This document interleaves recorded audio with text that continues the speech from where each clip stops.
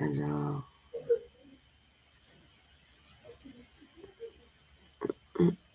maternelle, primaire, ils sont où? Tac, tac, tac, tac, tac, tac, tac, tac. Ça, c'est pour les primaires. Brochure Evras maternelle. Dans un premier temps, je vais vous partager cela. Donc, c'était une brochure de 2012-2013 sur le site evras.be que je vais vous partager un instant. Que je vais vous partager à l'instant. Et bonjour à tous ceux qui nous rejoignent. Oui, nous rejoindrons par la suite, ultérieurement. Alors, on va lire ensemble pour savoir de quoi nous parlons. Donc, c'est une brochure, donc, pour les maternelles notamment. C'était enregistré comme ça, comme vous pouvez le voir ici, normalement. Normalement, c'est... Logiquement, je vais regarder de l'autre côté comment vous voyez les choses. Oui, voilà, ou peut-être que je vais me mettre là, plus en bas. Non, pas plus en bas. Là, non, ça va pas le faire non plus. Ça va pas le faire non plus. Où est-ce qu'on est en tout petit? Bon, voilà, comme ça on voit pas ma tête. Voilà, et je vais... bonjour Fatima et tous les autres qui nous rejoignent. Donc, on va lire ensemble et vous allez comprendre. À la base, hein, tout est de bonne intention, n'est-ce pas? Donc, c'est une brochure de 28 pages. Voilà, comme vous pouvez le voir, pour les enfants de l'enseignement maternel et primaire. Alors, il récupère plusieurs petits témoignages ci et là de différentes associations. Et si je vous dis éducation à la vie affective, relationnelle et sexuelle, qu'est-ce que cela vous évoque? C'est une bonne question. On reprend les petits témoignages. Claudia a préparé, informer les jeunes, apprendre l'amour, la sexualité. Marion, ils prennent plein de petits témoignages. Et qu'est-ce qu'on dit ici? Ici, alors on fait les dessins. E comme éducation, que nous dit-on? Éduquer du latin ex ducere, guider, conduire. Guider et conduire. Or, éduquer, c'est accompagner l'enfant vers son épanouissement personnel et son intégration sociale. Oui, d'accord. Pour autant, est-ce que c'est votre prérogative? Nourrir son envie de grandir, de découvrir, de penser, de comprendre, de remettre en question, de s'étonner, de douter, de partager, de rencontrer.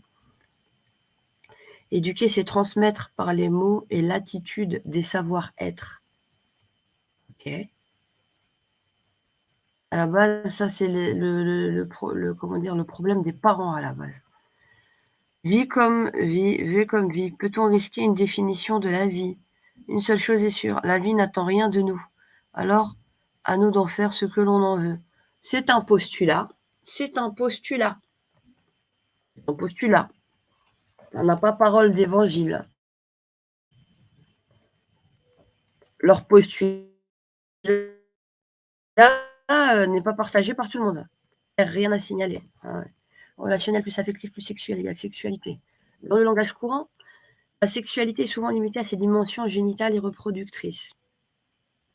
Les organes génitaux, la relation sexuelle, la contraception et le sida. Ouais. La sexualité inclut pourtant de multiples dimensions interdépendantes. Culturelle, morale, affective, santé, sacrée, sociale, esthétique, corporelle. Dans ce contexte, le choix de l'appellation Evras exprime le souhait d'accompagner chaque enfant vers l'âge adulte dans une perspective d'évolution globale où la sexualité est entendue au sens large. La question, c'est de savoir de quel droit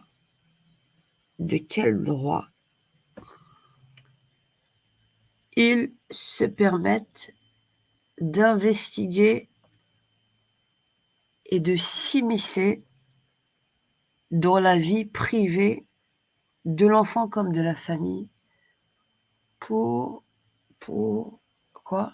Soi-disant le guider en termes sur la sexualité. De quel droit, premièrement?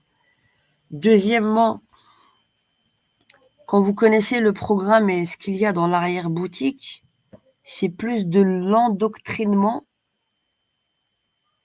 qu'autre chose et une manière de leur changer leur regard sain et naturel de base autour de la sexualité et de ne pas les laisser évoluer et grandir à leur aise et de découvrir les choses doucement, doucement par eux-mêmes. Qu'est-ce qu'ils font? Ils font de l'ingérence. Alors ça fait très bon enfant, ça fait rempli de bonnes intentions. On se laisserait prendre hein, si nous ne connaissions pas ce qu'il y a derrière. Moi la première. Alors on continue. Que nous dit-on? Vous voulez connaître le sexe de l'enfant? La sexualité est un fait, une évidence. Nous sommes des êtres sexués. Oui. À partir de quel âge? C'est ça la question. Les prémices de notre identité sexuée se construisent déjà dans le ventre de notre mère, dans les représentations que chacun de nos parents se fait du masculin, du féminin, de ses rêves d'homme et de femme pour ce futur enfant. Ouais, ok. Voilà. Et eux, ils peuvent se permettre de faire de l'ingérence. Bébé, les expériences fondatrices de notre sexualité se vivent au niveau du corps. Waouh! C'est quoi cette... c'est la découverte tout azimut du plaisir. Waouh! Sucer, téter, lécher, être bercé, être touché affectueusement. Grave, hein, quand même. Aucune partie du corps n'est encore tabou. Et en fait, il faut qu'elle ne reste pas tabou même quand ils sont jeunes. Vous voyez ça? La question... Vous voyez le postulat? Où est-ce qu'il est? Donc, on part de ça alors qu'eux, ils le font en toute innocence. Quand ils sont bébés, par instinct. Ils le font ici par instinct. Mais la maturité, elle ne vient que beaucoup plus tard. Vous comprenez? Par rapport à ces questions sexuelles. Et eux, non. Ils vous disent non. Que l'instinct de téter, d'être bercé, d'être touché, de sucer leur pouce ou quoi, c'est la découverte du plaisir et c'est fondateur de la sexualité. C'est des expériences fondatrices de notre sexualité. C'est instinctif, ok. Aucune partie du corps n'est encore tabou. L'intérêt va se porter ensuite sur les organes génitaux, tant chez les petites filles que chez les petits garçons, avec les découvertes de la masturbation. Écoutez, tous les enfants ne se masturbent pas, premièrement. Ils regardent et ils découvrent, mais c'est pas forcément de la masturbation. Déjà, moi, personnellement, ce terme me gêne. Parce que les enfants ne se masturbent pas. Ce terme de la masturbation, ils n'émettent aucun désir, ce terme de dire que, pas en étant enfant, ils se masturbent déjà, ça me pose un problème. Ils ne se masturbent pas. Non. Ils se touchent comme ils se toucheraient la main, les yeux. Ils ne sont pas dans une logique de masturbation. Déjà, ce terme me pose problème, sincèrement. Donc, ça serait bien d'en réfléchir. Mais le problème, c'est quoi? C'est que ces gens-là, eux, réfléchissent dans leur coin, font leur délire dans leur coin, et croient que ça va de soi, pour eux. Ça va de soi. Vient l'âge des questions autour de comment on fait les bébés pour toi, pas de zizi, comme mon papa. Pourquoi ma maman, elle dort dans le lit de papa et pas moi? Regarde, exemple de question. Vient l'âge des questions autour du comment on fait les bébés. Pourquoi toi, t'as pas de zizi comme mon papa? Ça, déjà, rien que cette question-là, ça voudrait dire que vous trouvez ça normal qu'un enfant regarde le zizi de son papa. Il est obligé de lui dire qu'il a un zizi, quoi. Je veux dire, c'est juste pour vous Regardez la tournure, quoi, des questions. Alors que les enfants, posent des questions, oui, on peut le comprendre, mais vous voyez comment la tournure des questions, certaines questions innocentes, sont réappropriées par des adultes pour leur faire dire ce qu'elles ne disent pas vraiment. Pourquoi ma maman, elle dort dans le lit de papa et pas moi? Ouais, avec la verbalisation de l'interdit fondamental de l'inceste. Jusqu'à 6 ans, l'enfant va aussi explorer le panel des sentiments qu'il peut éprouver vis-à-vis de ses parents, découvrir l'ambivalence de ses sentiments. J'aime et je hais. Mon corps sexué, c'est moi et je me respecte. Oh, ça me dérange profondément. Mon corps sexué. On a rendu tous les corps sexués. Mais un enfant n'a pas conscience de sa sexualité. Donc dire qu'un enfant est un corps sexué, ça me pose problème. Franchement, les mots ont leur importance. Les mots ont leur importance. Faut pas dire et faire dire aux enfants ce qu'ils ne disent pas. Ou leur inventer des concepts pour mieux les utiliser demain. Il faut voir loin. Cette dimension essentielle sera remise en jeu au moment de l'entrée dans une sexualité active et de la nécessité alors d'intégrer les messages de prévention. Respect de soi, contraception, protection, le sida, préservatif. L'éducation sexuelle des futurs adolescents et adultes est déjà en route. Ok, la parole, les gestes, l'attitude, être dans un plaisir partagé, mettre des limites aussi claires, structurantes, sont les fondations de son identité sexuelle. Donc on parle de quoi? De l'adolescent qui commence à... Ok, ça oui, l'adolescent. Et maintenant, tout dépend à quel âge l'adolescence. Voilà, c'est ça qui est important aussi de voir. Ces expériences, si elles sont sécurisantes, vont permettre à l'enfant de se vivre entier. À l'enfant. C'est-à-dire qu'on part du principe que l'éducation sexuelle des futurs adolescents et adultes est déjà en route. Et on part du principe qu'il va falloir la faire dès son enfance. Oui, on peut parler, mais graduellement à son enfant, mais d'une certaine manière. Et ça, c'est pas à l'école de le faire. Et moi, je me souviens, j'ai découvert le plaisir un jour, j'ai été déçue, mes premiers émois. C'est quoi ça? C'est l'enfant qui parle? C'est quoi? C'est l'ado? C'est l'adulte? C'est qui? Je ne me suis pas sentie respectée, j'ai joué au docteur avec. Mes questions sont restées sans réponse, je me suis sentie grandir. Bravo.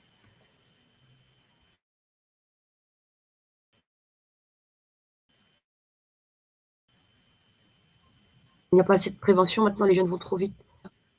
Ouais, on est d'accord, faisons de la prévention dans des endroits tiers où les parents, eux, déjà le font, mais peuvent aller dans des endroits tiers, en toute liberté déjà premièrement. Deuxièmement, sans qu'on leur impose, puisque c'est les principaux éducateurs et c'est pas, l'enfant, c'est pas, une segmentation de marché supplémentaire, hein, pour les plus pervers là qui se permettent de nous faire saute-mouton en tant que parents. Il faut sensibiliser les parents pour qu'ils en parlent avec leurs adolescents. David, 39 ans. Et qui a dit qu'on n'en parlait pas? Ça, c'est être jugé par défaut. Il y en a qui parlent, il y en a qui en parlent pas. Et alors, ça vous a empêché, de faire ce que vous aviez à faire ou, demain de de vous être mis avec un homme ou une femme et d'avoir eu des rapports sexuels? Fallait impérativement, que vos parents vous en parlent, ça aurait changé toute votre vie, hein. Faut arrêter les conneries à un moment donné, hein. C'est des choses qui s'apprennent au fur et à mesure et on en parle, oui, mais il y a une manière d'en parler. C'est quelque chose de compliqué pour les écoles et les professeurs doivent être aidés. Il faut des professionnels pour faire cela. On n'a rien demandé, nous. On nous a rien demandé non plus, hein. Donc attendez, mais moi ce que je veux vous lire, c'est ça. Donc là, favoriser, encourager l'instauration écoutez bien ça. Donc on était en 2012-2013. Favoriser, encourager l'instauration d'initiatives et de projets à long terme en matière d'éducation à la vie relationnelle, affective et sexuelle. Extrait du décret relatif aux missions de l'enseignement fondamental. Et c'est déjà là, hein, dans le fondamental ici. Il le visait depuis longtemps, hein.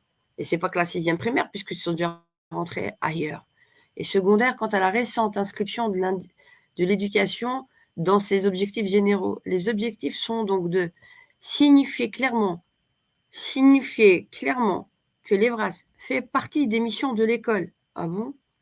Que tout établissement scolaire a dès lors l'obligation de prendre des initiatives en la matière tout en préservant l'autonomie d'action de celui-ci. Alors l'EVRAS a 50 ans. Est-ce que l'EVRAS, sous sa forme là, qu'on nous vend, fait partie, signifie clairement que l'EVRAS fait partie des missions de l'école?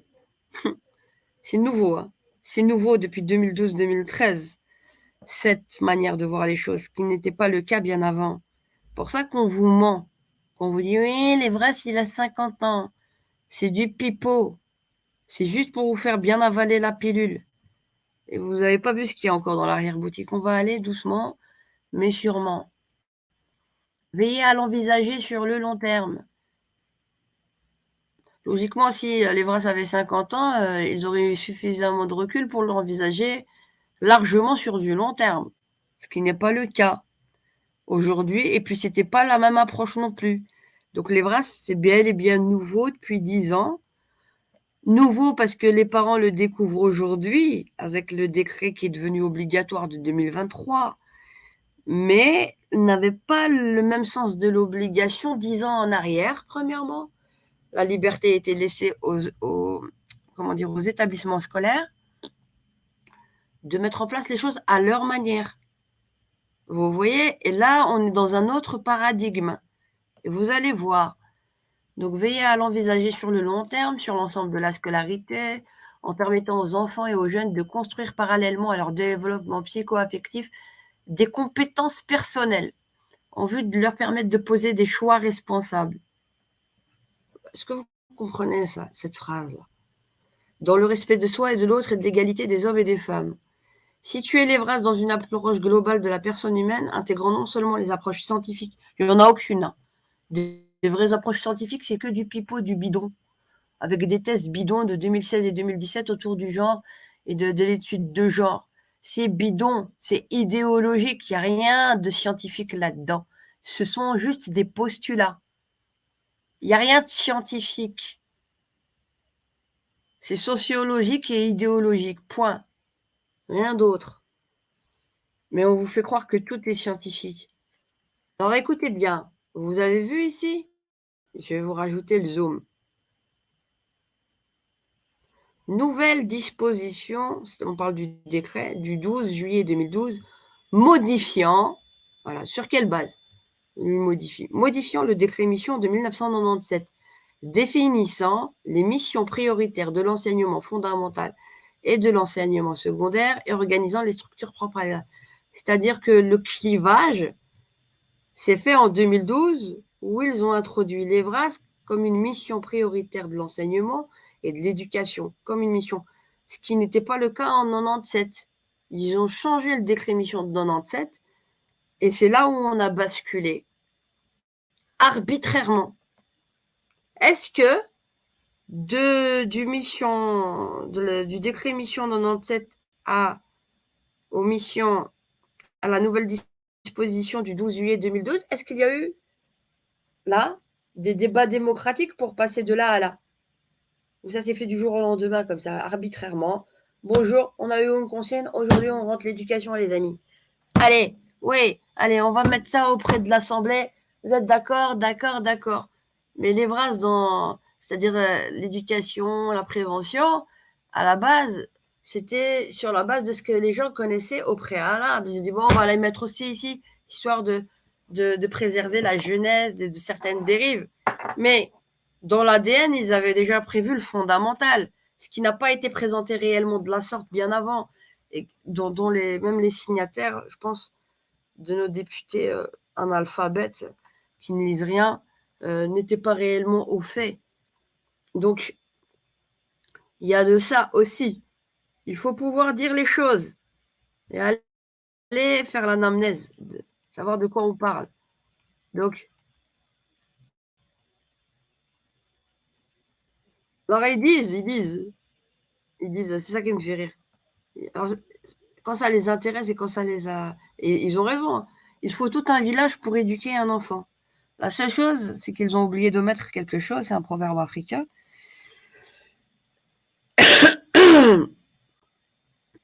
Il faut tout un village pour éduquer un enfant. Mais dans le village, à la base, on se connaissait tous et on faisait partie de la même famille. Et on communiquait entre nous. Et on savait quand la maman ou le papa allait dire quelque chose à l'oncle, à la tante ou aux gens du village. Ouais, je veux pas que mon fils il fasse ça. Si tu le vois faire ça, attention. Ok. Alors le village, là, les gens du village prenaient le relais des directives que donnaient les parents. Vous comprenez? Ils étaient là en train d'aider les parents par rapport à l'éducation qu'ils voulaient donner à leurs enfants. Ils étaient là pour encadrer, pour soutenir les parents, mais ne pas violer la confiance que les parents ont en eux, puisqu'ils sont sur la même longueur d'onde et ils ont des mœurs communes, ce qui n'est pas le cas avec l'école, ce qui n'est pas le cas vers la dictature que vous nous imposez par l'homogénéisation, par le haut de l'éducation que vous voulez faire à nos enfants, par tout ce que vous susurrez, les lobbies qui ont susurré aux politiques, finalement, pour nous imposer à nous, parents, de nous déposséder de l'éducation de nos enfants. C'est ce que vous êtes en train de faire. Alors, il faut compléter ce proverbe. Vous n'avez rien d'un village, premièrement. Et le village, au moins, il y avait des codes où tout le monde respectait ces codes et respectait notamment la volonté du parent par rapport aux enfants et à l'éducation des enfants. Et dans les villages, à l'époque, on était bien éduqués, ce qui est loin d'être le cas aujourd'hui, avec ce que nous avons comme société. D'accord? Et de dépravation des mœurs et de la société. C'est pas vous qui allez apprendre les codes à nos enfants en termes de mœurs. Jamais. Donc, et vous êtes bien loin du compte d'ailleurs, pour vous prétendre être des bons éducateurs. Avant de venir montrer du doigt les enfants, il faudrait peut-être pointer du doigt vos propres incohérences et vos propres pathologies, hein, des fois où vous devrez plus vous interner qu'autre chose. Hein, en voulant vous immiscer mordicus entre les parents et les enfants, dans l'éducation que l'on fait des enfants, et en essayant d'arracher l'enfant à sa famille pour en faire un être sexué totalement à part, soi-disant à qui vous inventez des droits sexuels pour le laisser finalement être la proie de plein de choses à l'avenir sous couvert de prévention. Votre politique est très subversive. Et avant de parler de respect que vous voudriez donner au corps et aux gens, fallait déjà commencer par respecter les parents, ce que vous n'avez pas fait. Donc franchement, prendre l'éducation vous n'avez rien à votre niveau, ça serait vraiment le comble, le paradoxe total. C'est-à-dire, on respecte pas les parents, on fait plein de choses dans leur dos pendant 10 ans sur leurs enfants, et après, on vient dire, on vient apprendre le respect à vos enfants.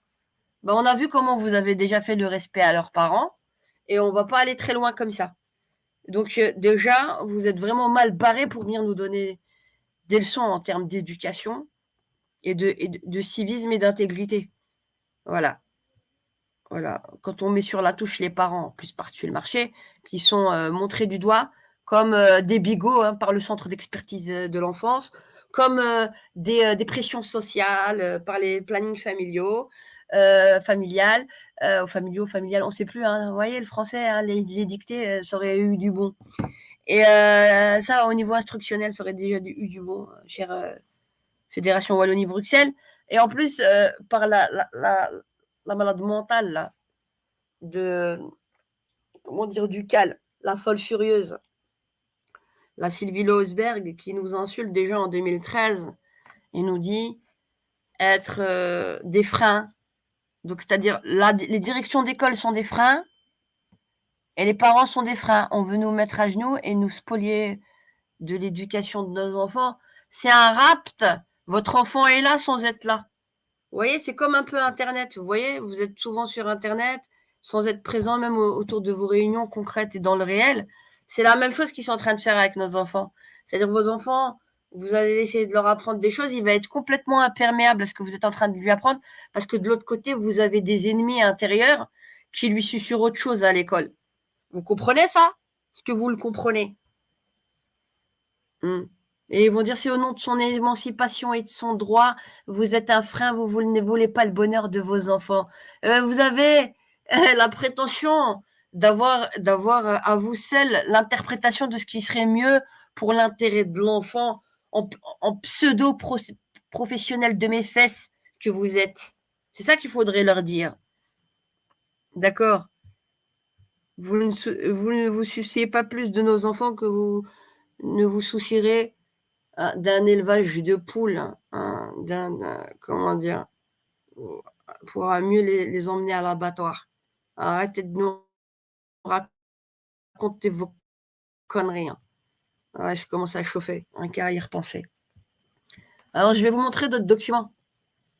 Je vais vous montrer d'autres documents. Ils commencent à bien faire leurs conneries.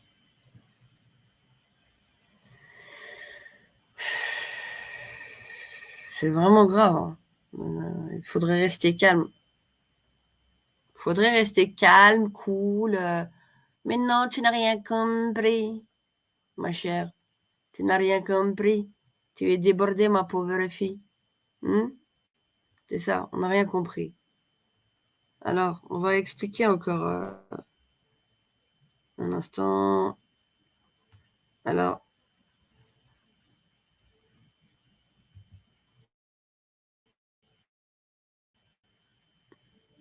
on va y aller. Alors, le guide social, nous étions... Là, je l'ai téléchargé en 2023, mais c'était le 13 mars 2014. Est-ce que vous voyez bien? Est-ce que vous voyez bien ça? Ouais. Nous étions le 13 mars 2014. Ah, ils veulent jouer avec nous, vous êtes mal barrés, hein, je vous le dis d'avance. Hein. Faites le drapeau blanc parce qu'on ne va pas vous lâcher. Hein. Alors, la décision flamande d'instaurer des lignes directives, vous voyez, Sensoa, concernant la vie affective des jeunes, on parlait des jeunes, hein, à l'école ouvre le débat. En communauté française, il n'y a pas de règles imposées aux établissements scolaires. En Flandre, les directeurs d'école ont reçu des directives spécifiques concernant les comportements de leurs étudiants en matière de sexualité. Dans les couloirs, à la gym, au vestiaire, dans la cour de récréation, une ligne de conduite établie avec Sensoa. Vous voyez? Le Centre flamand d'expertise pour la santé sexuelle a été distribué pour éviter les quiproquos. C'est ce que nous rapporte le journal Le Soir ce jeudi. Pas de directive francophone. En communauté française, il n'y a aucune réglementation de cette sorte. La vie affective des étudiants n'est cependant pas un tabou, car de nombreuses initiatives ont été mises en place concernant les brasses. Les brasses dans les écoles. Écoutez bien, Marie-Martine Skens, du CDH, ministre wallonne de l'enseignement, prend en effet des mesures en 2012, modifiant le décret mission voté en 1997 et inscrivant les brasses comme une mission obligatoire de l'école. Au nom de quoi? Au nom de quoi? Y a-t-il eu un débat démocratique pour pouvoir se permettre de nous faire ça, à nous en tant que parents? Au nom de quoi? Les écoles doivent donc se préoccuper de cette problématique, bien sûr, mais nous n'imposons pas de méthode stéréotypée, juste un peu. Et la labellisation qu'on est en train de nous taper en 2023, c'est quoi? Hein? Et chaque établissement rencontre ses difficultés propres. C'est pourquoi nous privilégions l'angle le plus global et le plus souple possible, indique Éric Estienne, porte-parole de la ministre au journal Le Soir. Faire confiance au directeur, ce qui n'est plus le cas aujourd'hui, hein, puisqu'on impose à tout le monde, même la direction d'école, elle doit fermer sa tronche, sa gorge. C'est ça qu'on va lui dire. Aucune ligne de conduite n'est donc instaurée officiellement. D'une part, le jeune, on parle de jeune, pas l'enfant, mais bon, le jeune doit être abordé dans sa globalité et sa vie affective n'est qu'une dimension parmi d'autres. D'autre part, une telle directive déresponsabiliserait les directions. Nous choisissons de faire confiance aux directeurs. Si les difficultés sont ingérables, les écoles disposent d'un soutien administratif à la demande, ajoute Éric Estienne au quotidien. Généraliser les brasses. En 2013, un protocole d'accord relatif. Est-ce que vous lisez bien ou je vous rajoute? Ouais, vous lisez pas bien. Je vais vous rajouter, comme ça on ne dit pas, elle nous invente tout, cette faux folle, elle dit tout et n'importe quoi. Voilà, les complotistes, on se demande si vous savez lire. Et quand on voit l'état délabré de l'école, on comprend bien que on peut endormir la majorité de la population qui n'a pas pu bénéficier d'écoles de l'excellence en termes déjà de lecture et de dictée pour savoir lire entre les lignes et savoir lire tout court. Et c'est pour ça qu'on profite de l'ignorance des gens. Et déjà, les premiers ignares, je crois que ce sont les députés eux-mêmes qui ne lisent pas, à qui on montre qu'un aspect des choses, mais normalement, en tant que député qui est payé quand même par nos deniers publics et notamment par nos impôts, vous êtes censé être à notre service, mais votre travail premier, c'est de lire ce qu'il se fait en amont, de faire des fouilles, des recherches avant de prendre une décision sur un sujet. Et pas de dire parce que le copain ou la copine, là, soi-disant, qui a botté sur le sujet, je vais lui faire confiance à 100% sur ce sujet parce que je suis sûre que lui, il a bien compris les choses. Alors, comme je l'aime bien et que je vais à la cafette avec lui, et que je prends le café avec lui et qu'on rigole bien et qu'on se marre bien au réfectoire, et que c'est bien notre pause de midi et tout, comme on rigole bien ensemble et on est des copains, je lui fais confiance et je vote ce qu'il a dit lui. Comme il a dit lui. Comme il a dit lui, je dis oui aussi, parce que lui, il a dit oui. Voilà, sans lire les tenants et les aboutissants de la loi qui se met en place et de tout ce qu'il y a derrière comme travail de fond. C'est le rôle d'un député, je suis désolée, c'est de lire beaucoup, lire. Faut pas dire qu'il n'a pas le temps. Non, non, non, non, non. Le rôle d'un député, c'est de lire tout ce qui passe sous ses mains, de lire, mais aussi de faire ses propres recherches sur la question, de la creuser. Et une fois qu'il a creusé, il a étudié le pour, le contre. À ce moment-là, il informe la population de sa prise de décision par rapport à telle ou telle question. C'est ça, être un représentant du peuple. Et dire voilà ce qu'il compte voter. C'est ça, être un député et respecter la véritable démocratie. Voilà. Non. Un député doit avoir le temps de lire. Il doit lire. Il ne doit faire que cela d'ailleurs. Je suis désolée. Avant d'amender quelque chose, avant de signer quelque chose, n'importe quel texte, il doit être mis au parfum par lui-même, par des conseillers, mais par lui-même aussi. C'est pas possible d'être un député sans lire. Ce n'est pas possible, ça. Ce n'est pas possible. Chaque question doit être creusée. Chaque question doit être creusée. Peu importe, soit les VRAS ou plein d'autres questions de société. Donc, je continue. Généraliser les VRAS. En 2013, un protocole d'accord relatif à la généralisation de l'EVRAS en milieu scolaire. Vous voyez, les mots ont leur importance. Quand on parlait des jeunes, on parlait surtout du secondaire. En milieu scolaire, ça veut dire qu'on vous parle du fondamental. Quand on vous parle du milieu scolaire, dans la majorité du temps dans la documentation, ça veut dire qu'on vous parle des maternelles et des primaires. Et proposé, par qui? Par la ministre Fadela Lanan. Vous entendez, Madame Lanan, ce qu'elle a fait, Madame Lanan? Oui? Et vous voudriez qu'on l'applaudisse. Vous voudriez qu'on l'applaudisse. Déjà, à l'époque, on disait ce qu'elle faisait. On nous insultait, mais non, elle est bien. Je leur ai dit, c'est une connasse. Vous ne savez pas ce qu'elle a fait. C'est une connasse. Elle vous a privé. C'est grave ce qu'elle a fait. C'est grave. Comme toutes les autres, toutes des connasses. Vous méritez que ça comme titre. Vous essayez de supplanter la mère, vous essayez de supplanter les parents. Vous êtes des connasses. Vous n'êtes ni des députés ni des ministres à mes yeux. Comprenez-le bien, ça. C'est tout ce que vous méritez. Parce que là, vous touchez à une zone interdite. À une zone interdite. Et vous avez eu l'outrecuidance de la dépasser. Donc, j'explique. On me dit, oui, mais quand même, comment tu parles? Il y a ceux qui font, c'est bien pire que ceux qui parlent. Ceux qui ont fait là, ce que eux ont fait, ce qu'elles ont fait, au nom de leur pseudo-féminisme de merde, en tant que femme, sur vos enfants. Et bizarrement, regardez, analysez bien, la majorité des personnes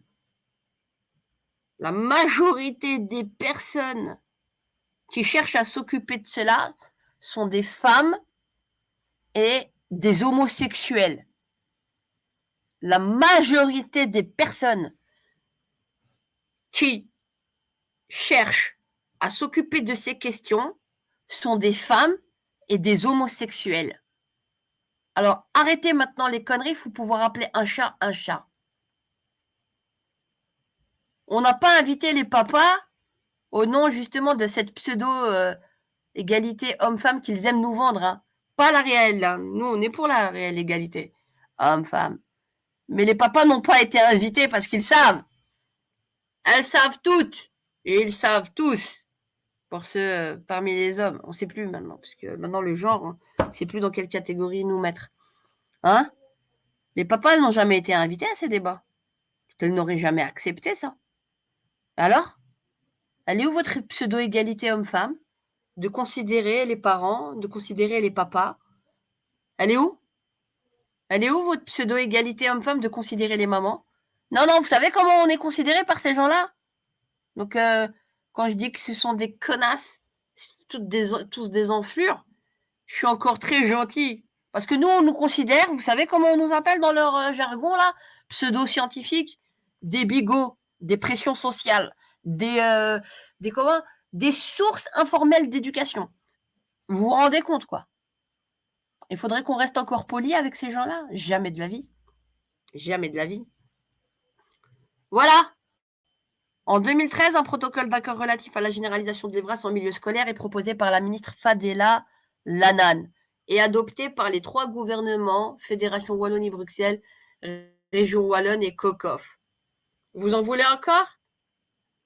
Je vais vous en donner. Hein. Je vais vous mettre le tournis tellement que je vais vous donner des renseignements. Alors, on est toujours aussi désinformés. Oui. On me fait bien rire. Ouais. Ils n'ont pas le courage de venir débattre avec moi, parce qu'ils savent très bien que je sais.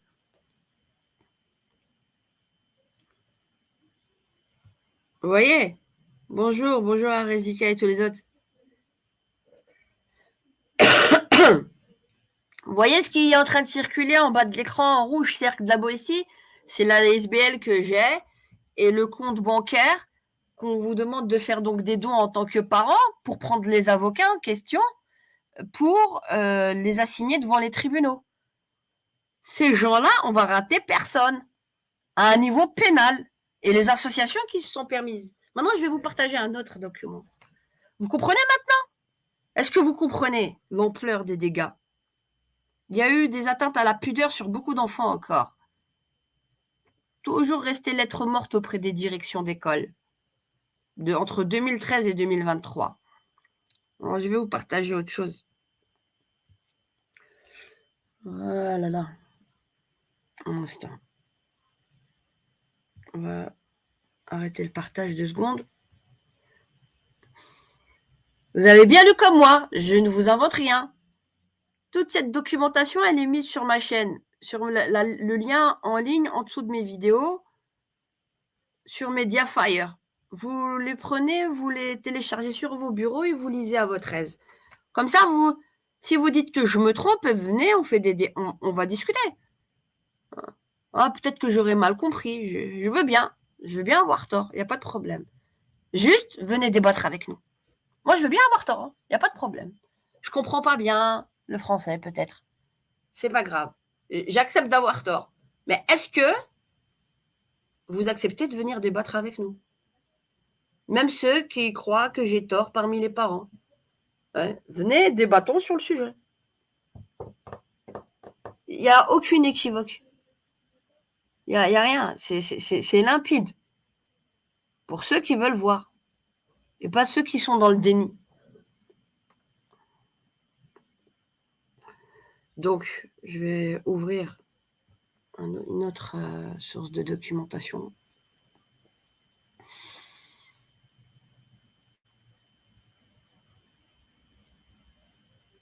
Où est-ce que c'est?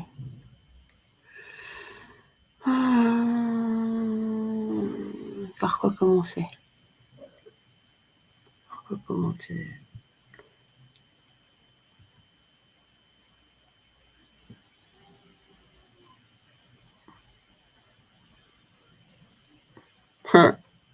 Ils ont tellement pensé à tout, vous voyez ce qu'ils sont en train de vous faire. Ligue des droits de l'enfant. Ça fait 22 pages. Écoutez bien. Écoutez bien. Là, je vais vous montrer. J'espère que vous n'allez pas tomber dans les pommes. Je vais vous montrer.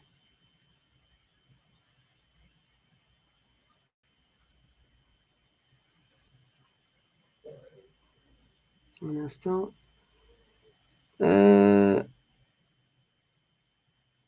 Tac. Voilà. Fenêtre. Où est-ce que... Voilà. Vous accrochez? Un instant. Ligue des droits de l'enfant. Études Evras et aspects légaux. C'est-à-dire qu'ils ont déjà pensé, hein, comment nous mettre bien les choses, bien les ficeler, soi-disant, en termes de juridique, soi-disant. Mais ça, c'est fomenté, c'est un rapt fomenté sur 10 ans. Étude.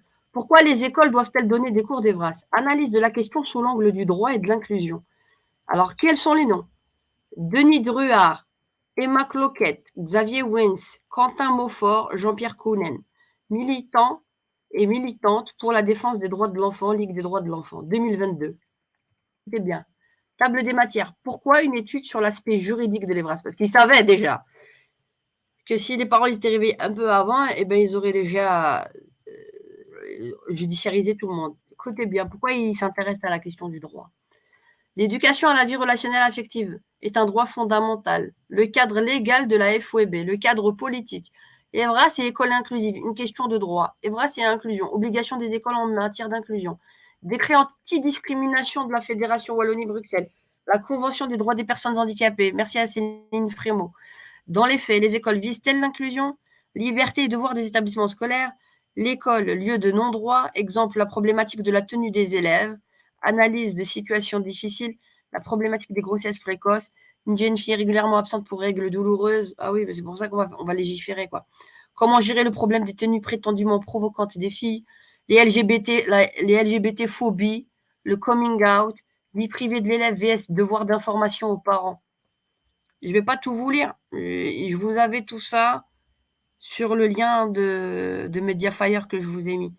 Vie privée de l'élève vs devoir d'information aux parents. 20, page 20. Voilà la page 20. Voilà, vous avez même le numéro de téléphone. 1082, Ligue des droits de l'enfant, à Berkem-Saint-Agathe apparemment. Ligue des droits de l'enfant. Ouais. Pourquoi une étude sur l'aspect juridique et inclusif? Je vous laisse le temps de bien apprécier. Nous ne serions pas informés, Madame Désir. Hein, Monsieur Géolet, ministre. Nous serions donc des intégristes, comme il aimait à le dire. Hein, des personnes non capables de démocratie. Je me demande, je vous fais la version accusatoire. C'est vous qui n'êtes pas démocrate pour avoir suffisamment parlé de cela auprès des parents, non? C'est vous qui n'avez pas tenu au parfum et au fait les parents sur ce qui était en train de se mettre en place depuis 10 ans. Et vous osez, vous avez l'outrecuidance avec vos joues de venir nous parler de démocratie. Toute honte bue, venir nous dire que nous ne serons pas assez démocrates pour refuser cela. C'est vraiment le monde, l'hôpital qui se fout de la charité, quoi. Ils n'ont rien eu de démocrate pendant 10 ans pour inviter les parents à en discuter. Et ils viennent nous parler qu'on ne serait pas assez démocrate pour refuser ce qu'ils étaient en train de mettre sur la table. C'est vraiment... Ah ouais, non, mais il faut décortiquer hein, les choses. Hein, et arrêter de se faire encenser. Alors, vie privée de l'élève, ça c'est intéressant. Vie privée de l'élève vs devoir d'information aux parents. L'école a un devoir. Dans le domaine du droit, elle se doit de respecter à la fois les droits et les obligations des mineurs, de même que les droits et obligations de l'autorité parentale. Vous entendez? Elle doit donc agir comme le ferait la justice par rapport à des comportements et attitudes d'élèves. On n'exerce pas la même autorité sur un enfant de 6 et 7 ans ou un élève de 16 et 17 ans. Il faut donc faire la part des choses. Et là, ils étaient en train de préconiser quoi? Je vous l'avais déjà lu. Hein. Alors, il s'agit toujours de se référer, soi-disant, à la Convention internationale des droits de l'enfant et aux lois de l'État belge. Ils ont rajouté la notion du genre. Hein.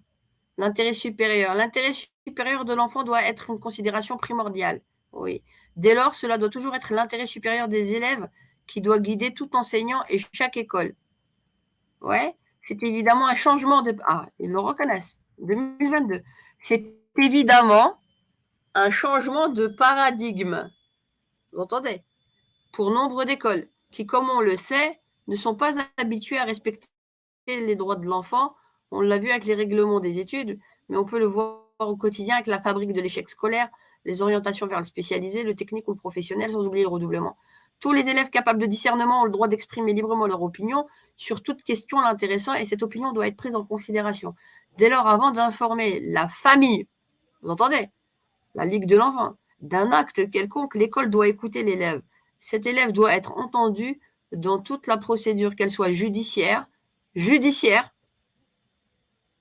ou administrative, en respectant les règles de procédure prévues dans la loi belge.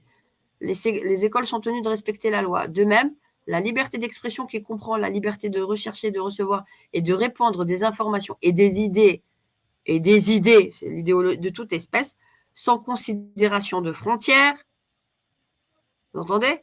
Sous une forme orale, écrite, imprimée ou artistique, ou par tout autre moyen du choix de l'enfant, doit également être respecté par l'école.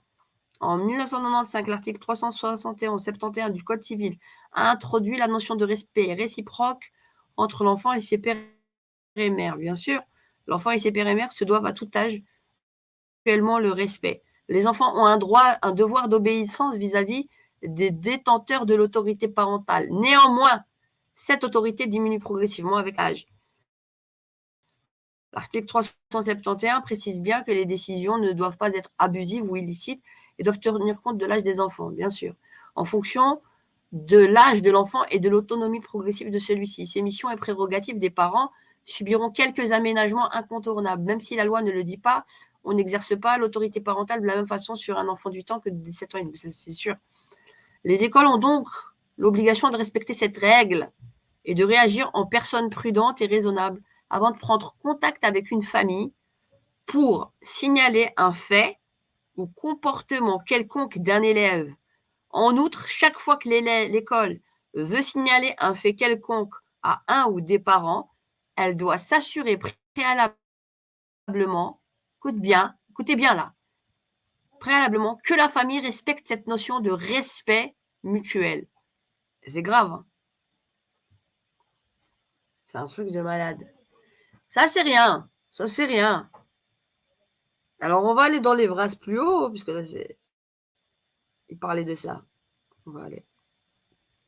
C'est 22 pages, c'est pas si grand.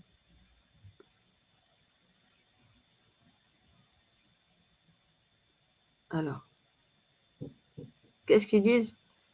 La liberté et devoir des établissements scolaires. Il faut savoir qu'historiquement, après la Révolution belge, le gouvernement provisoire a proclamé liberté d'enseignement, considérant qu'il s'agit d'adopter la même solution à la question générale de la liberté d'opinion et la liberté de culte. De ce fait, il a instauré un régime de concurrence entre les écoles et les futurs réseaux, refusant ainsi que qui que ce soit ait le monopole de l'enseignement, ni l'État ni l'Église. Cette concurrence est malheureusement toujours porteuse d'inégalités entre les élèves. Dès lors, chaque acteur et chaque actrice avait une liberté totale en fonction de ses droits. Les écoles, pouvoirs organisateurs, les parents et enfin les enseignants, les enseignantes, les chercheuses et les chercheurs. Les pouvoirs organisateurs obtenaient ainsi toute liberté pour ouvrir une école, pour la maintenir, pour déterminer son projet philosophique ou religieux et ses méthodes pédagogiques. En général, on parlait très peu de pédagogie à cette époque. Ils avaient le libre choix de leur personnel, des missions de l'école pour concrétiser ses valeurs philosophiques ou pédagogiques, ou tout pouvoir de décision dans l'organisation de leur établissement. Les écoles restaient soumises au droit belge, mais tout ce qui ne relevait pas d'une réglementation par les autorités compétentes ressortait de ce fait de l'autorité scolaire. Les établissements subventionnés étaient ainsi quasiment autonomes. Les parents avaient quant à eux le libre choix de l'école. Et dans les... Vous voyez qu'on parle déjà au passé, hein, on était en 2022. Les parents avaient quant à eux le libre choix de l'école et dans les établissements organisés par l'État, de pouvoir choisir entre l'enseignement d'une religion reconnue et la morale non confessionnelle. Les enseignants et enseignantes, les chercheurs et les chercheuses bénéficiaient de la liberté académique, autrement dit de choisir leur thème de réflexion et leur méthode pédagogique.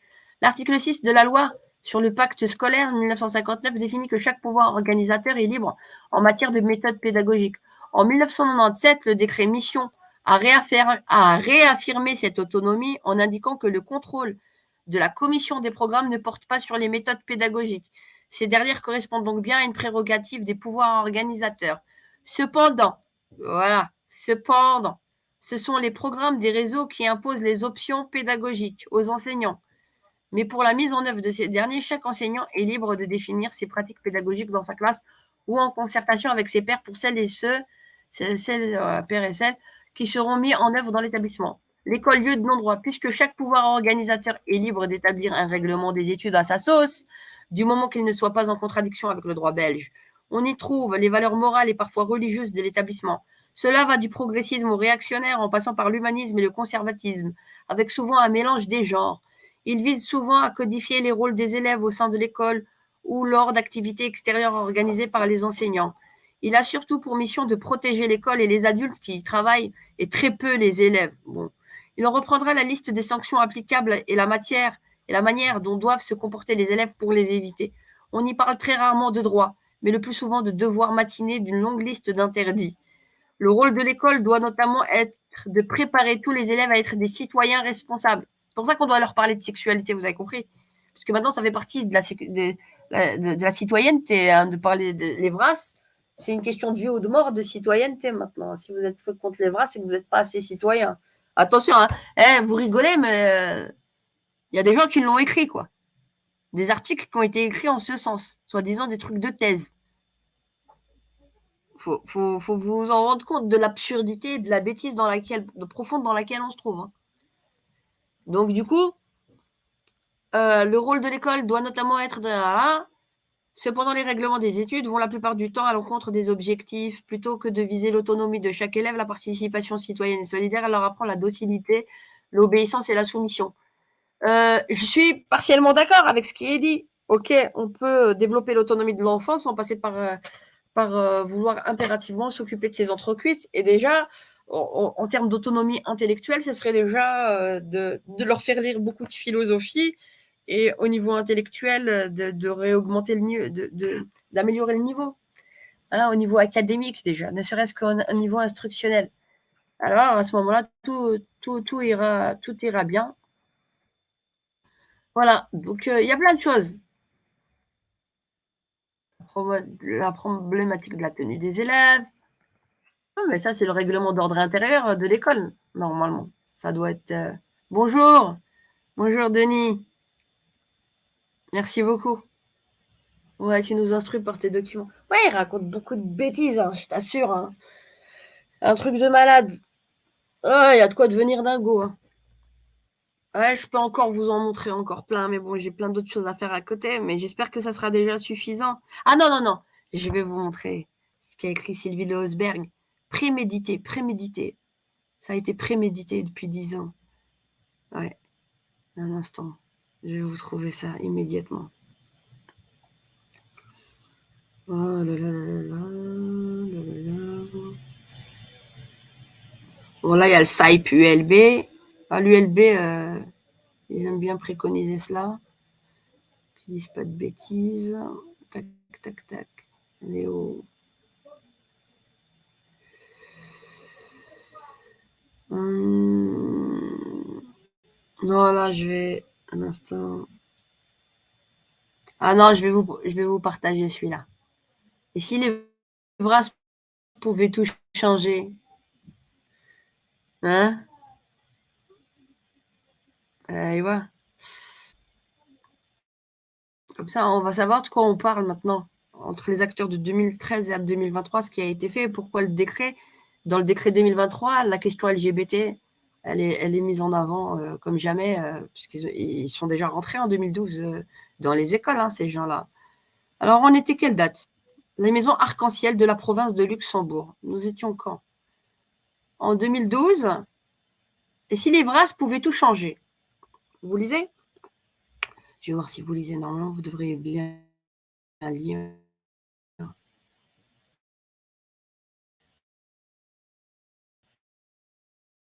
Ouais. Hein. Sur les missions de l'enseignement depuis les centres locaux de promotion, le CPLS, d'accord? CLPS. Depuis les centres locaux de promotion de la santé se sont vus attribuer Vous entendez? La mise en place sur le terrain de l'EVRAS dans les écoles. Où en sommes-nous aujourd'hui? Qui est encore là en train de parler tous les jours? Entretien avec qui? Sylvie Losberg, directrice de la cellule études et stratégies du CAL communautaire. Propos recueillis par Christophe Deschamps, animateur à la Maison Arc-en-Ciel. Comment définirez-vous l'éducation à la vie sexuelle? L'éducation sexuelle à l'école est aujourd'hui reprise sous l'acronyme EVRAS, bref, qui se définit en 3 axes. L'information, le dialogue et la prévention.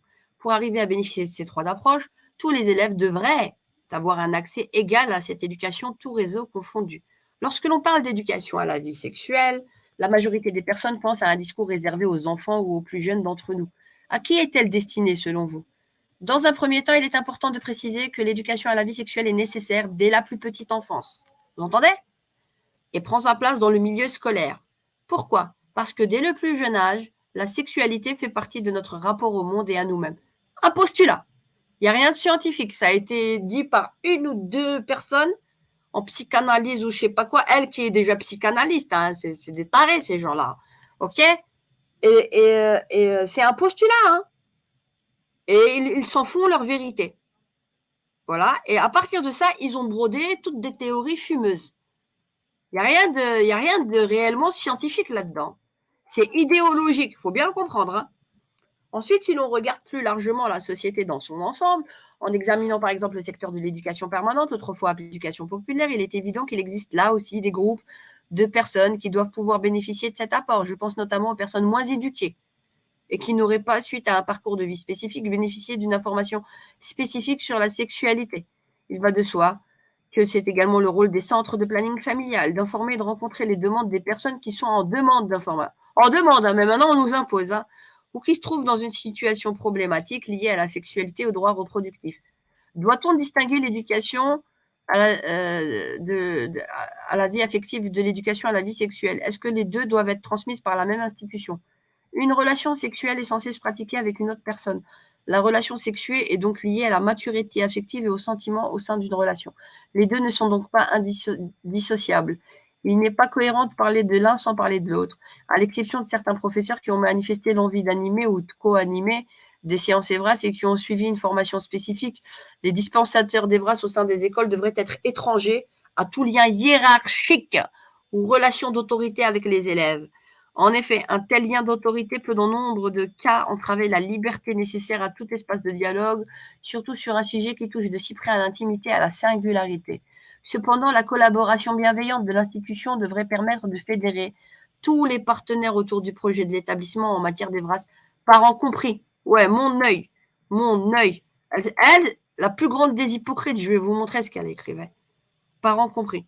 Enfin, alors que c'est nouveau, c'est souvent le cas, une intervention EVRAS ne devrait pas être mise en place dans l'urgence quand un problème se présente dans l'école, mais s'inscrire dans un ensemble d'interventions programmées. Il est important de souligner que depuis juin 2012, l'EVRAS est une des missions de l'enseignement et que toutes les écoles sont tenues de mettre à l'agenda un certain nombre d'animations dans toutes les classes. Dans toutes les classes, on ne parlait pas de 6e primaire là. Vous voyez là? Ici, qu'est-ce qu'on dit?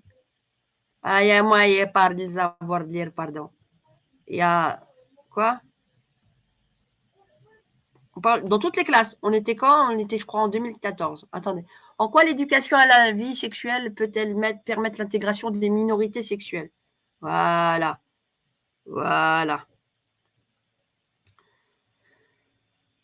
Des minorités. Doit-on envisager une éducation à la vie sexuelle différente en cas d'appartenance à une minorité sexuelle? Doit-on dans ce cas imaginer une éducation par les pairs ou serait-ce ostracisante? Séparer les élèves.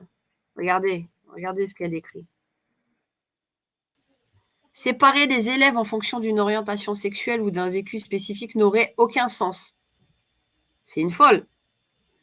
Un des buts poursuivis par les animations de sensibilisation étant de créer des espaces d'information et de compréhension sans jugement sur la sexualité.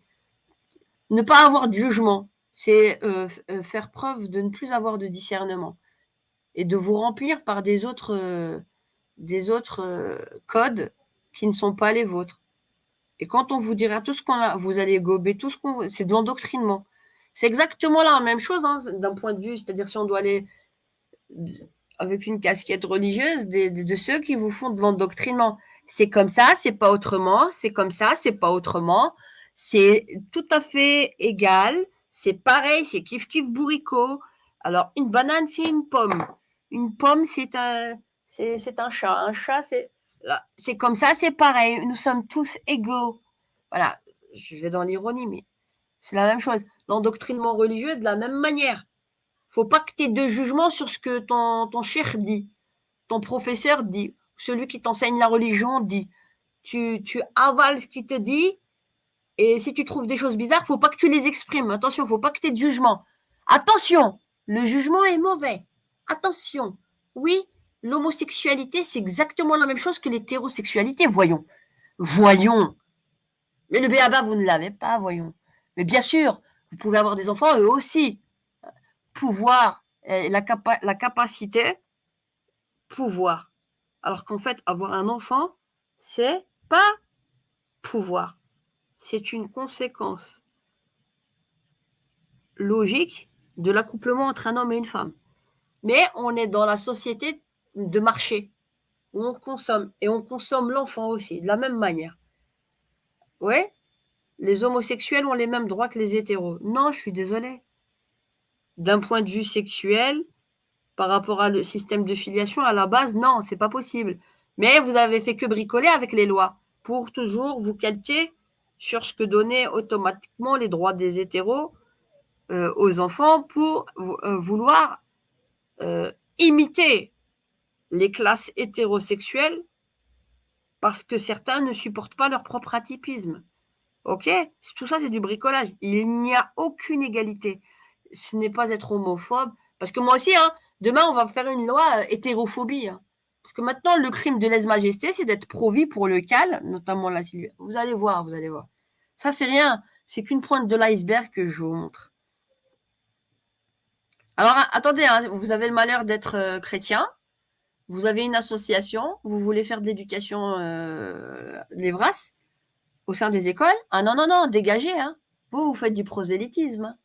Là, là bizarrement, elle n'est pas si intégrative, l'éducation sexuelle, parce que vous aurez le droit de faire de l'Évras que si vous voyez qu'à travers la vision du cal. Parce que vous êtes considérés comme des prosélytes. Comme si eux, ce qu'ils étaient en train de faire, c'était très, très, très, très neutre. Très, très, très, très, très, très, très neutre et très, très, très, très, très, très objectif. Ouais, je pourrais continuer comme ça pendant des heures. Je vous termine l'article et puis voilà. Donc, séparer les élèves en fonction d'une orientation sexuelle ou d'un vécu spécifique n'aurait aucun sens. Un des buts poursuivis par les animations de sensibilisation étant de créer des espaces d'information et de compréhension sans jugement sur la sexualité, quelle que soit la sexualité, a toujours une dimension transgressive. Il n'y a pas de sexualité normale ou anormale. Ah bon? Ah bon? Bah ouais, bah. Allez prendre vos chèvres. Hein. Non, mais sérieux. Il est donc nécessaire de faire prendre conscience aux élèves, regardez ce qu'elle dit, que les rapports sociaux sont sexualisés et que la sexualité n'est pas hors champ.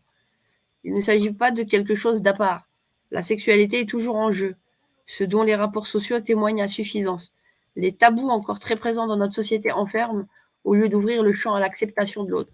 Est-ce que l'éducation à la vie sexuelle est un outil valable de lutte contre l'homophobie et la transphobie? Oui, par l'information apportée par la mise en pratique d'exercices. Vous entendez là? Vous lisez plutôt. Ne dites pas que je vous l'ai dit, hein, vous l'avez lu. Oui, par l'information apportée par la mise en pratique d'exercices qui permettent de décloisonner la pensée et de lever des tabous. En France, certaines associations conservatrices ont lancé des actions, les citoyennes pétitions pour empêcher des associations LGBT de mener ce genre d'animation. Elles parlent d'un manque de neutralité des intervenants. Pensez-vous qu'elles ont raison? Non. Écoutez bien ce qu'elle dit. L'hétéronormativité, ça c'est les études de genre, n'est rien d'autre qu'une norme actuelle due au nombre. Écoutez bien. C'est écrit quoi chez eux? C'est écrit quoi chez eux là? L'hétéronormativité n'est rien d'autre qu'une norme actuelle, due au nombre. La question n'est pas d'être neutre, voyons, dans ce que l'on transmet dans le cadre de l'Évras. Et à l'école, on dit quoi? Au nom de la neutralité société de l'information. Ah, les militants! Ah là là là là. Il faut que l'intervenant ait une vision professionnelle. Qu'il soit accueillant, ouvert aux diverses questions que pourraient poser les jeunes. On parlait des jeunes, on ne parlait pas encore des enfants. Mais elle pense vous allez voir. Ne soit porteur d'aucun parti pris ou préjugé. C'est plutôt cela qui doit être mis en avant dans le cadre des qualités d'un intervenant. L'éducation doit-elle être utilisée au coup par coup, comme par exemple un instituteur qui ne saurait pas comment gérer une situation d'homoparentalité ou faire part d'un plan plus vaste établi et programmé? Il est évident qu'il est nécessaire d'établir un programme de référence avec des intervenants formés et récurrents. La généralisation effective de l'EVRAS est primordiale dans notre société. Voilà, l'ingérence et la dictature. Voilà. Car il s'agit de donner à tous les jeunes, quel que soit le réseau filière d'enseignement, une information et un espace d'échange sur la sexualité sans que les uns et les autres soient discriminés, car le droit à l'information correcte, comme si c'était correct ce qu'il disait, constitue un facteur d'égalité. C'est pas une information correcte. Parce que nous sommes des sources informelles. Je vais vous le trouver, le truc. Je vais vous le ramener. Un instant. Où est-ce qu'il était? Je vais le retrouver à l'instant. Je l'ai fait. Là. Je vais juste l'ouvrir.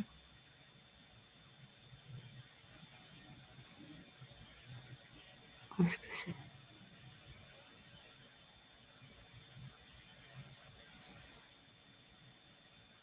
Ah, je vais le trouver.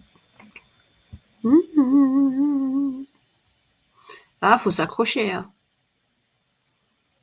Ça va, vous n'avez pas trop envie de vomir. Vous êtes bien encore pour le moment. Bienvenue dans le cauchemar. Voilà, ça fait 2015 qu'on crée au cauchemar. Et bienvenue. Là, vous prenez toute l'info d'assaut dans la tronche. Je sais que vous avez déjà du mal à respirer. Moi, j'ai dû vivre en apnée depuis 2015. Quoi. Mais maintenant, je m'y suis faite. Ça ne m'effraie pas parce que, comme on dit, j'ai de la bouteille. Et on sait par quel angle attaquer. C'est pas un problème. On sait prouver leur incohérence et tout ce qu'ils ont fait. Juste que je cherche en parallèle pendant que je vous parle.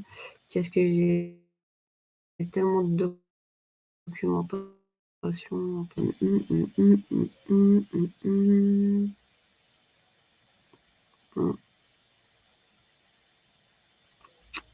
Je crois que c'est ça. 5 à 25 ans. Je crois que c'est ça.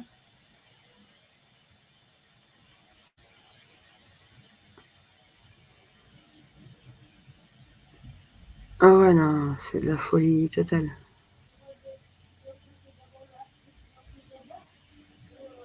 Un instant. Ça va? Vous n'avez pas trop envie de vomir? Voilà, ça, c'était les stratégies concertées de 2022.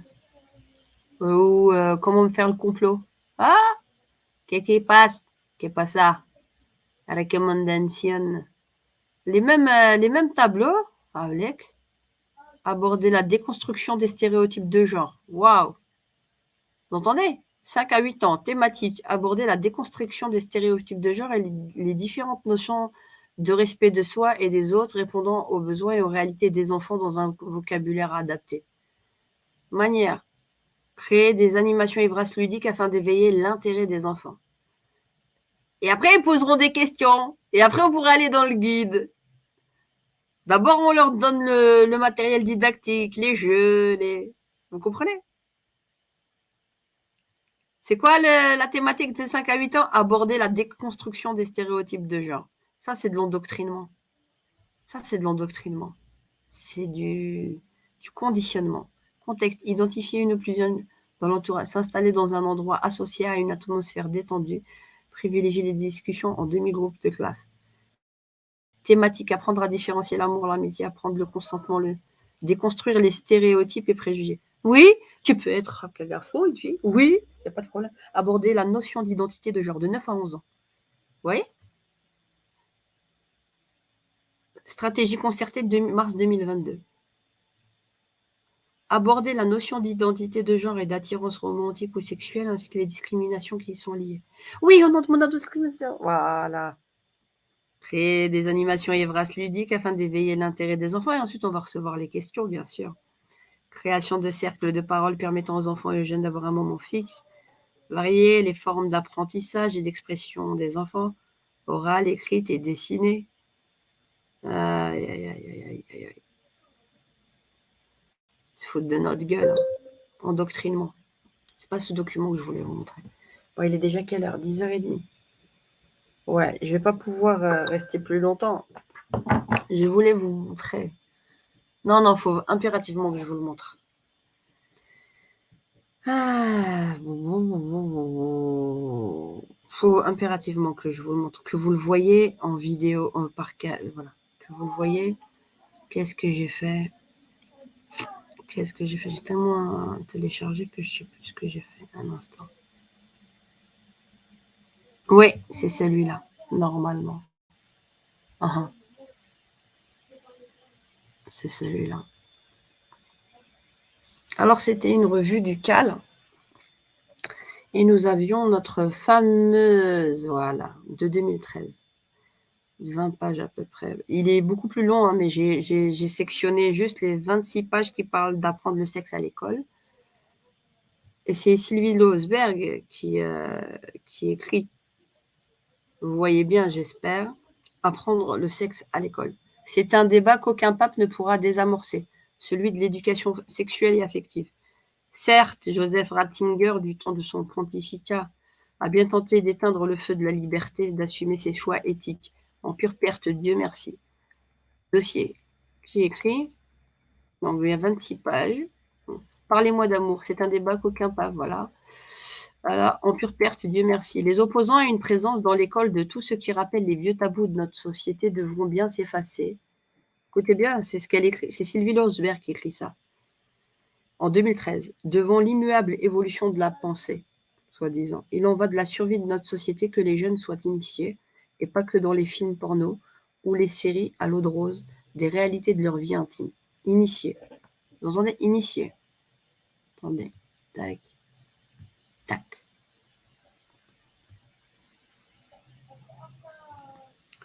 Sans quoi, il leur sera bien malaisé de muer, en être libres et autonomes. Ils doivent être initiés pour être libres et autonomes. Certaines gamines pensent qu'en prenant la pilule, elles sont protégées contre les IST et le sida. Faut-il un dessin pour en mesurer les conséquences? Ça, c'est le rédacteur en chef, Yves Kengen. Maintenant, de Françoise Dolto au site porno. Comment gérer sa libido? Ah oui. Non, non, en fait, il y a plusieurs qui ont écrit, pardon. Il y en a plusieurs qui ont écrit, mais c'est le CAL. Hein. Tout ça, c'est le CAL. Ou Comment gérer sa libido, ou le rude parcours de l'éducation sexuelle par Jean de Brecker, secrétaire général adjoint du CAL. Quand depuis longtemps les choux, les cigognes et l'Immaculée Conception ont rejoint les travées des bibliothèques au rayon des contes et légendes, on pourrait indûment penser que ces années supposées d'éducation sexuelle ont permis de diffuser une information qui a fait du bien à l'amour, qui a boosté le plaisir. Force est de constater qu'on a eu beau déplier au cours de bio de superbes affiches représentant avec le réalisme scientifique de rigueur les organes sexuels afin d'en décliner l'usage, rien n'y a fait. Cette information, comme le préconisait justement notre docte et chaleureuse Françoise Dolto, devait être fournie aux enfants dès leur plus jeune âge. En effet, il est d'importance qu'ils soient précocement informés des fonctionnalités de leurs organes génitaux et prêts à terrasser Oedipe. Dans la grande vasque des valeurs étendues, bref, je ne vais pas tout vous lire parce qu'il y a 20 pages. Moi, je veux vous lire le Losberg. En tout cas, vous voyez que c'est local. La généralisation de cette bonne... Nous souhaitons concourir à la mise en place... Écoutez bien, c'était en 2020. Nous souhaitons concourir à la mise en place d'un projet cohérent afin de participer à l'épanouissement des individus et de la société. En éditant ce dossier Evras, ici, là, je suis là. Hop.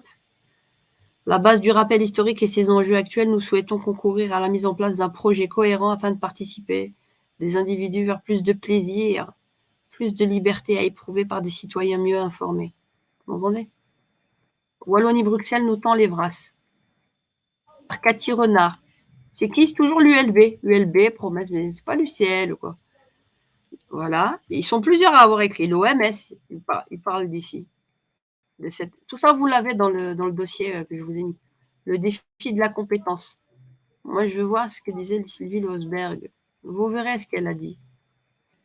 La partie technique. Comment se passent les VRAS? Alors, vous avez toujours ULB, aimé à l'ULB, ASBL. Pascal Grolus, psychologue, psychanalyste. C'est toujours les mêmes sources. Nous a tapé. Alors, on va. Là, journaliste vidéaste du CAL, lui aussi il parle. Les ravages de l'ignorance. Ouais, bah bien sûr. C'est des millénaires qu'on fait. Journaliste Didier Dillien. C'est à peu près 20 trucs. Et là, moi, c'est la partie. Alors, vous avez Michel Caillart. Vous vous rappelez des fédérations pluralistes, planning familial, qu'est-ce qu'elle dit?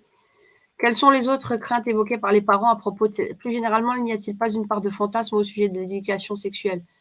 Michel Demeuse, une des craintes qui peut revenir est que l'on initie leurs enfants à une vie intime qui serait contraire à leurs valeurs. Le but n'est pourtant pas de les initier. Mon œil. Au plus haut, c'était écrit quoi? Initier. Mais de les informer avec des mots simples sur la contraception, le respect de l'autre et de les informer au départ de leurs attentes. Nous n'allons jamais au-delà de ce qu'ils demandent pour ne créer chez eux une gêne, justement, voire des peurs. Michel Caillart, retenez bien ce nom. Effectivement, il y a un fantasme complet sur ce genre d'animation. Il faut arrêter de penser qu'on fait de l'éducation sur le sexe. Juste un peu. On fait des animations sur la vie amoureuse, sur l'image de soi, sur le respect de l'autre. On parle bien sûr de sexualité, mais les enfants ne nous attendent pas dans ce domaine. Ils n'ont pas besoin. Ça, c'est ce qui a été dit quand? En 2013. OK. Comment ce guide a émergé? Expliquez-nous, le guide là, 2023. Comment il a émergé? Plein de choses à dire. Je vais vous montrer. Je vais vous montrer.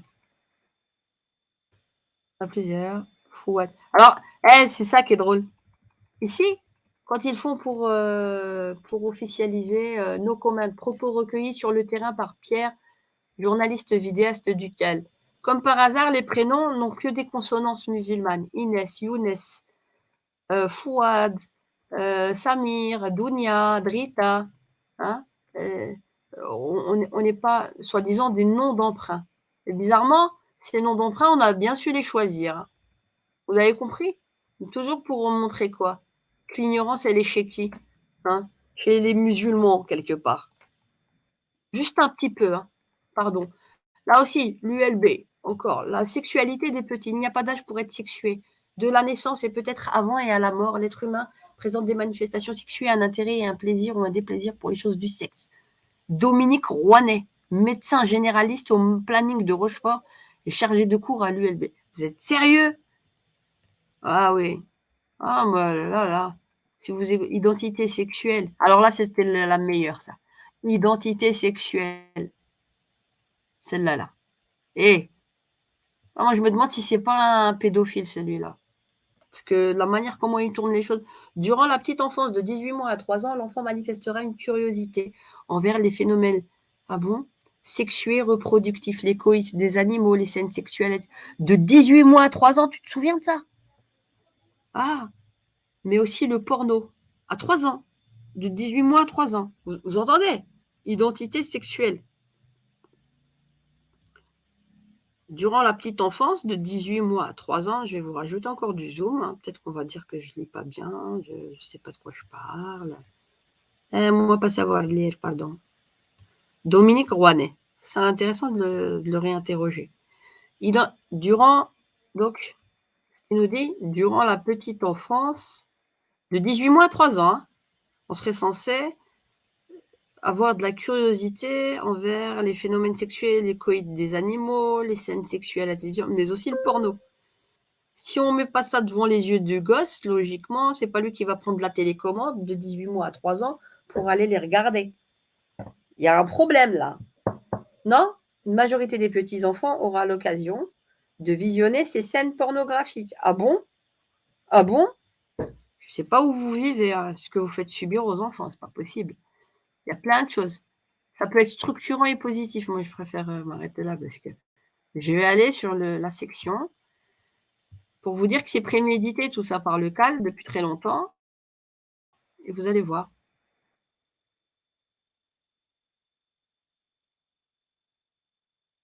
Rendre les vras sexy.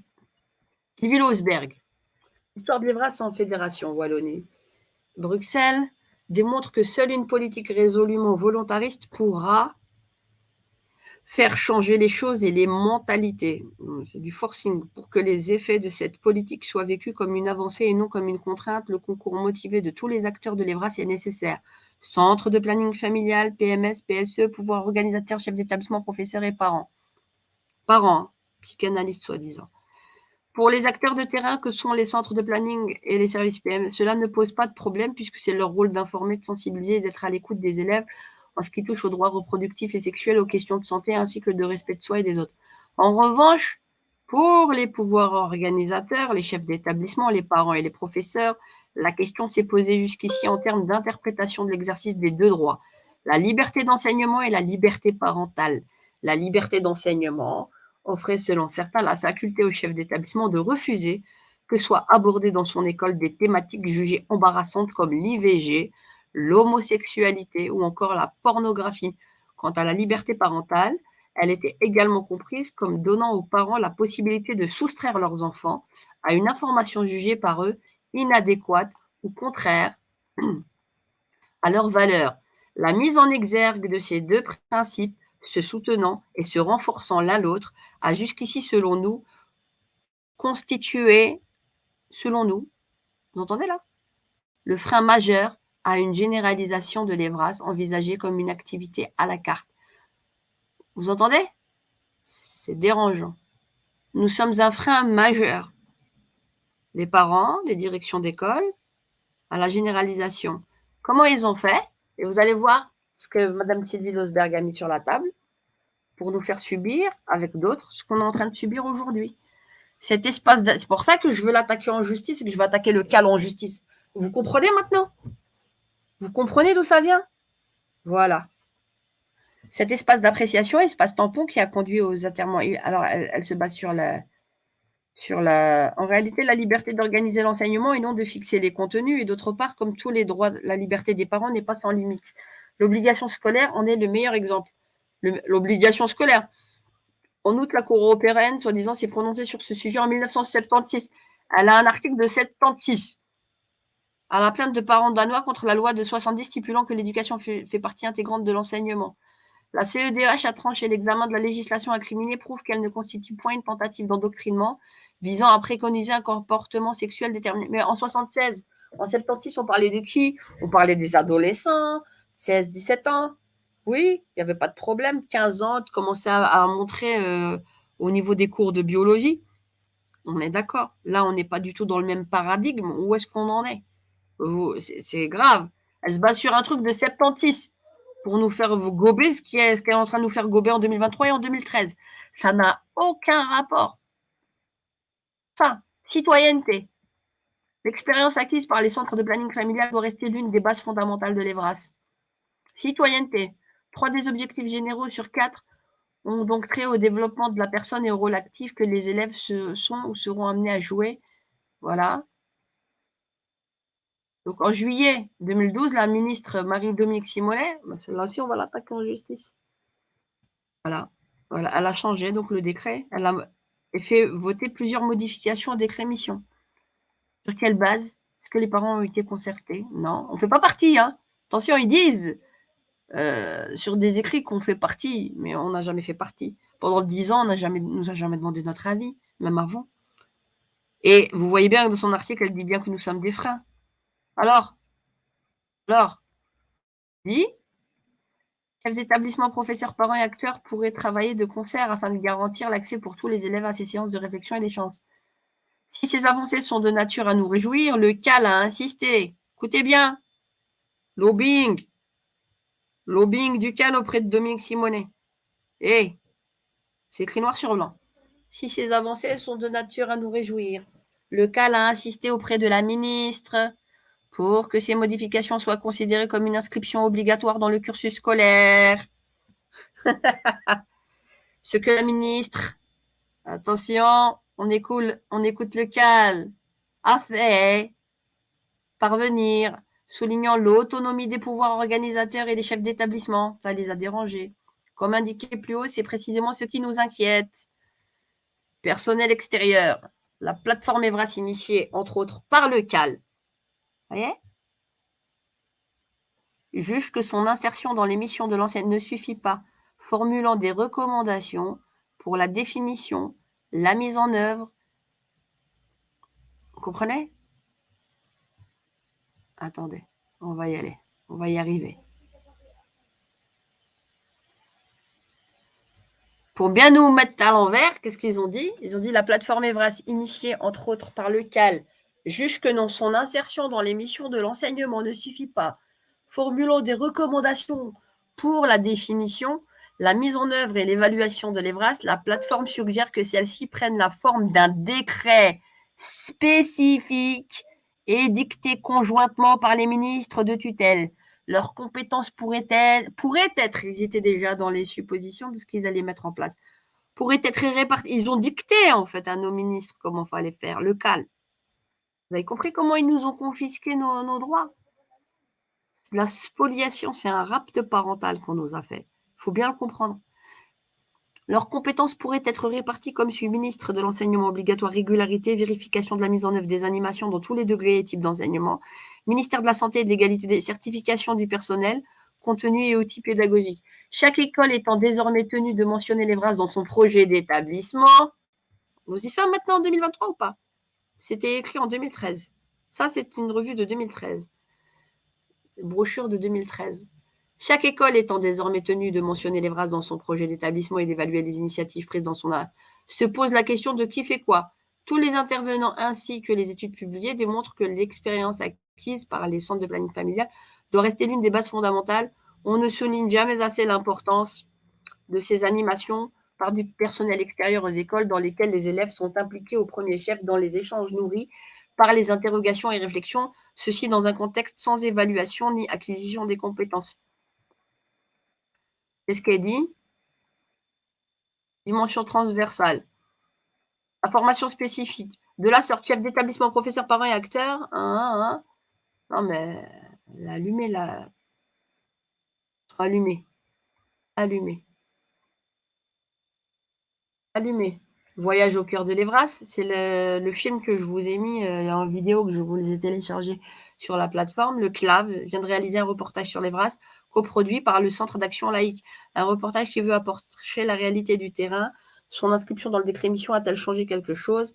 Voilà. Vous avez compris d'où ça vient maintenant? L'obligation, la généralisation de ce décret, et d'où vient l'idée de décret? Alors, est-ce qu'on maîtrise notre sujet? Est-ce que nous fabulons auprès des parents? Est-ce que nous savons de quoi nous parlons ou pas? Ah, je vous ai partagé ça, mais vous n'avez rien vu de tout le monde va. Oh purée, depuis tout à l'heure, je vous montrais les trucs, mais vous ne voyez pas parce que c'était pas partagé. Ah non, maintenant, c'est partagé. Maintenant, j'ai compris, oui. Ça y est. Puis tout à l'heure, c'était partagé, ok, on est d'accord. Ok.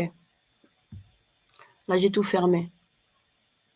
C'est bon, on va plus partager. Ah, vous avez vu, donc c'est bon. Alors, on maîtrise notre sujet? On vous demande de nous faire confiance, chers parents. On doit se cotiser impérativement pour avoir de quoi payer les avocats. Et on fera ce qu'on a à faire auprès de ces associations, auprès de ces ministres, au niveau pénal, au niveau aussi constitutionnel. On a violé notre autorité parentale. C'est un rapt prémédité de 10 ans, ce qui se passe. Il faut bien le comprendre. Donc, je demande aux parents, si vous voulez vous acheter une paix demain avec vos enfants et leur permettre de réellement s'épanouir dans des bonnes conditions, ce n'est pas en baissant les bras, mais c'est en vous rendant service à vous-même, en payant ce que vous pouvez donner pour que nous prenions les avocats. On a la documentation, on a tout ce qu'il faut pour les attaquer. On vous demande de nous aider et de vous aider par la même occasion, parce qu'il s'agit aussi de vos enfants, de tous nos enfants. Voilà. J'espère que je vous ai suffisamment prouvé et encore tellement d'autres choses à dire. Et donc, à bientôt et lisez surtout ce que je vous ai mis dans le lien Mediafire que je vais vous mettre encore en dessous de la vidéo une fois qu'elle sera terminée. Bonne journée.